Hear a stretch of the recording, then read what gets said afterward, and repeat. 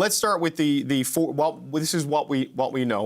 Let's start with the new faces, starting with Rachel Bendayan, who becomes she's the MP for Outremont in Quebec. She becomes the Minister of Official Languages and Associate Minister of Public Safety. Elizabeth Briere, who's the Quebec MP from Sherbrooke, becomes the Minister of National Revenue.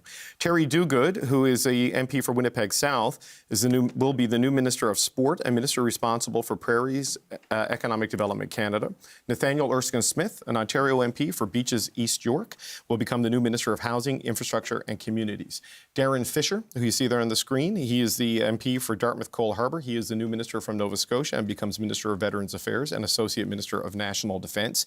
David McGuinty from Ottawa South will become the new Minister of Public Safety. Ruby Sahota, who's one of the Brampton MPs, becomes Minister of Democratic Institutions and Minister responsible for the Federal Economic Development Agency for Southern Ontario. And Joanne Thompson, the Member of Parliament for St. John's East, will become the Minister of Seniors. Now, there are 4 other ministers who are currently in Cabinet who will be taking on new or expanded roles. Anita Anand gives up the Treasury Board role she's held to take on the Ministry of Transport full-time and also adds internal trade. Gary Anandasangari is the Minister of Crown, Indigenous Relations and Northern Affairs and Minister responsible for the Canadian Northern Economic Development Agency. Stephen McKinnon, who was Labour and Seniors, keeps Labour, drops Seniors, but also becomes the Minister of Employment, Workforce Development and Labour. And Jeanette Petitpas-Taylor, who had been doing double duty in Employment and Veterans Affairs, will become the President of the Treasury Board. So that's 12 people in total, 6 men, 6 women, 5 from Ontario, 3 from Quebec, New Brunswick, Nova Scotia, Newfoundland and Labrador, and Manitoba, Alberta and British Columbia down cabinet ministers. And I think what will be an interesting thing to see, Rosie, is how do the people who aren't going in, even if this is a plug-the-holes cabinet. Sean Casey was on the show the other day, the MP from Charlottetown, saying the potential of a cabinet seat, the promise of promotion, is something that has held a lot of MPs back. Now that that promise has not been fulfilled for their individual ambitions, where does their internal calculus go?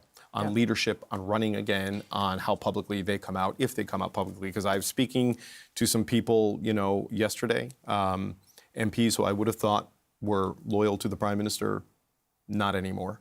Very frustrated with this week, likely more frustrated by this. And I think we're now up to 18 is the new number this morning of MPs who are saying that the Prime Minister needs to go publicly.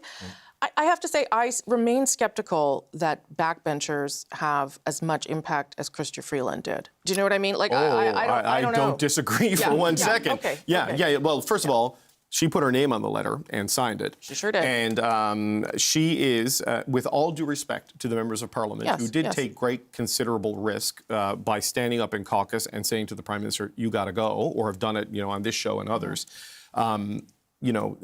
People know who Chrystia Freeland is in a big way. She was, the surrogate satellite campaign, head in the elections. And she has been at the forefront of all of the key policy and political initiatives for this Prime Minister, really, since she agreed to run in that 2013 by-election when he was still the untested, unproven, famous but unproven leader of what was the third or fourth party at that time.